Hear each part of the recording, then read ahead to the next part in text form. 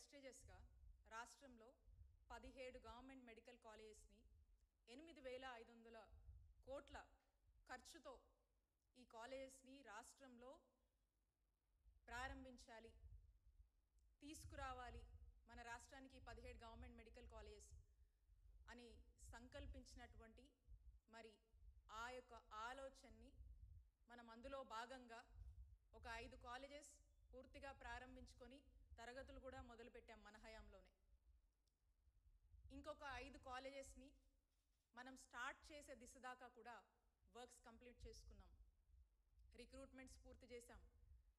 అన్ని విధాలుగా కూడా దాదాపు 90% ఆ కాలేజెస్ని ప్రారంభించేదాకా సెకండ్ ఫేజ్ కాలేజెస్ని సిద్ధంగా ఉంచాం.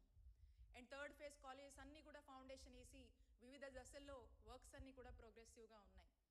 మరి ఈ అన్ని కాలేజెస్ని కూడా ఈ రోజున ఏ జిల్లాలో ఆ జిల్లా అక్కడున్నటువంటి ప్రజలందరూ కూడా ఆ కాలేజెస్ని విజిట్ చేసి ఈ రోజున గత కొద్ది రోజులుగా కూటమి ప్రభుత్వం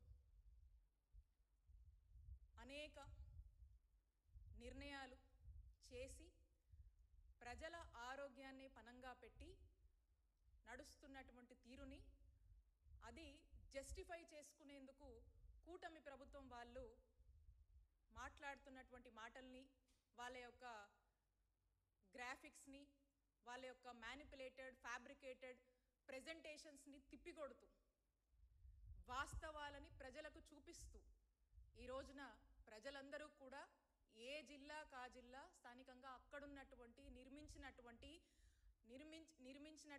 ప్రారంభించినటువంటి అలాగే ప్రారంభానికి సిద్ధంగా ఉన్నటువంటి సెకండ్ ఫేజ్ కాలేజెస్, అలాగే పనులు మన హయాంలో పురోగతిలో ఎక్కడి దాకా వచ్చాయి అనేటువంటి కాలేజెస్ అన్నిటినీ కూడా ఈరోజు మరొకసారి ప్రజలకు వాస్తవాలను తెలియజేసేందుకు అక్కడ పాల్గొని అనేక స్టేజెస్లో ఉన్నవి, ఏ పరిస్థితిలో ఉన్నాయి, ఎలా ఫంక్షన్ అవుతున్నాయి, ప్రారంభమైన ఏ దశలో ఉన్నాయి, చక్కగా పిల్లలు ఎలా చదువుకుంటున్నారు, అక్కడ ఉన్నటువంటి విద్యార్థులు ప్రారంభం నోచుకొని కొంత పని చేసి ఆ ప్రారంభం నోచుకోనటువంటి ఆ కాలేజ్ ఎందువల్ల ప్రారంభం కాలేదనేటువంటి వాస్తవాలని మేము ఫౌండేషన్ వేసి చక్కటి ప్రోగ్రెస్ని థర్డ్ ఫేజ్లో ఉన్న కాలేజెస్కి తీసుకొచ్చి వాటిని ఈ కూటమి ప్రభుత్వం వల్లే ఈ కాలేజెస్ ఈరోజు ఆ రోజు జగనన్న హయాంలో ఎక్కడి వరకు పనులు జరిగినాయి అక్కడే ఆగిపోయాయి, ఎందుకు ఆగిపోయాయి అనేటువంటి వాస్తవాలని, రియాలిటీని, there is no graphics in this, no fabrications, ఈ రియాలిటీని, ఈ రియల్ కట్టడాల్ని మేము తీసుకొచ్చినటువంటి మెడికల్ కాలేజెస్ దీని డెవలప్మెంట్స్ని ప్రజలకు మరొకసారి మన వాళ్ళంతా కూడా అక్కడికి వెళ్ళి అక్కడే నిలబడి చక్కగా ఎక్స్ప్లెయిన్ చేస్తూ ప్రజలకు తెలియజేసినటువంటి పరిస్థితులు ఇప్పటిదాకా కూడా మనం చూసాం. స్టేట్ మొత్తం కూడా చాలా చక్కగా ఈ కార్యక్రమం జరిగింది. మరి కూటమి ప్రభుత్వం ఒక జీవో తీసుకొచ్చింది హడావిడిగా, క్యాబినెట్లో ఒక నిర్ణయం చేశారు, జీవో తీసుకొచ్చారు. ఎవరితో పనిలా, ఎవరిని పట్టించుకోవాల్సిన పనిలా, పీపీపీ అంటూ ప్రైవేటైజేషన్ అంటూ దాంట్లో ఒక బిజినెస్ ఎజెండాని పెట్టుకొని వాళ్ళకి సంబంధించిన వాళ్ళకి అప్పజెప్పేటువంటి ఒక స్కామ్లో భాగంగా మొన్న చూసాం, టెండర్ కూడా కాల్ఫర్ చేశారు. అంటే ఈ యొక్క నిర్ణయం ఏదైతే ప్రైవేటైజేషన్ అనేటువంటి నిర్ణయం కూటమి ప్రభుత్వం చంద్రబాబు నాయుడు గారు ఈ నిర్ణయాన్ని తీసుకున్నారో దీనికి రాష్ట్రంలో పెద్ద ఎత్తున ఆందోళన నెలకొంది, ప్రజలలో బాధ నెలకొంది.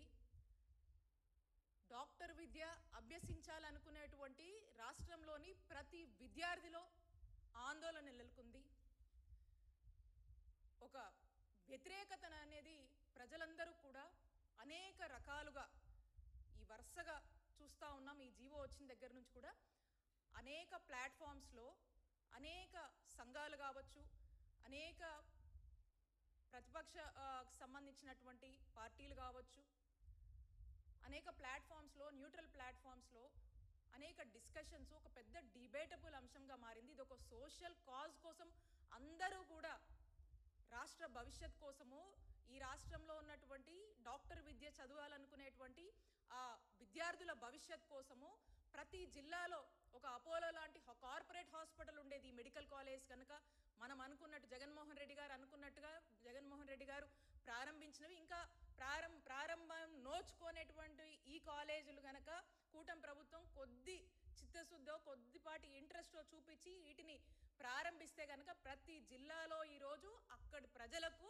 ఒక అపోలో లాంటి కార్పొరేట్ హాస్పిటల్ ఈ రోజున అందుబాటులో ఉండేది. ఈ కార్పొరేట్ స్థాయి వైద్యాన్ని, ఈ వైద్య సేవల్ని, ఈ విద్య అభ్యసించాలనుకునేటువంటి ఆ విద్యార్థుల ఆశల్ని పూర్తిగా కూడా పట్టించుకోకుండా వ్యవహరిస్తున్నటువంటి కూటమి ప్రభుత్వం తీరుని ఈరోజు నిరసన తెలియజేసుకుంటూ ఈ ప్రైవేటైజేషన్ అనేటువంటి ఆలోచనని కంప్లీట్గా మీరు వెనక్కి తీసుకోవాలి. ఈ జీవోని రద్దు చేయాలి. ఈ ఆలోచనని విత్డ్రా చేసుకోవాలి. ఈ ఆలోచనని వెనక్కి తీసుకోవాలి. ఇది చాలా తప్పు అని చెప్పి పెద్ద ఎత్తున ప్రజల నుంచి వస్తున్నటువంటి ఒక ఆవేదన, ఈ రకమైనటువంటి ప్రొటెస్ట్, ఈ రకమైనటువంటి క్రిటిక్స్ వస్తున్నా కూడా ఏ మాత్రం కూడా చంద్రబాబు నాయుడు గారు కానీ కూటమి ప్రభుత్వానికి కానీ పట్టట్లేదు. బ్లైండ్గా వాళ్ళు అధికారంలోకి వస్తానే ఒకటి నిర్ణయించుకున్నారు. ఇది జగన్మోహన్ రెడ్డి గారు తీసుకొచ్చారు ఈ గవర్నమెంట్ మెడికల్ కాలేజ్. ఈ 17 మెడికల్ కాలేజ్, అందులో 5 జగన్మోహన్ రెడ్డి గారు ప్రారంభించారు. 5 కొంత పని అయితే అవి ప్రారంభమవుతాయి. ఇంకో 7 ఇంకొంచెం పని చేస్తే ప్రారంభమవుతాయి. ఇవన్నీ ప్రారంభమైన ఇక్కడ ప్రజలకు ఉపయోగపడుతుందనేటువంటి యాంగిల్లో చూడట్లా. ఎంతసేపు ఇవి అన్నీ కట్టినా కట్టకపోయినా మనల్ని అడిగే వాళ్ళు ఎవరు లేరు. మోసపోయేది ప్రజలు, మోసపోయేది డాక్టర్ చదువులు చదువుకునేటువంటి విద్యార్థులు.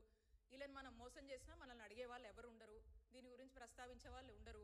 ఎందుకు ఇదంతా అంటే ఇవి మనం చేసిన జగన్మోహన్ రెడ్డి గారు తెచ్చారు గవర్నమెంట్ మెడికల్ కాలేజ్ని.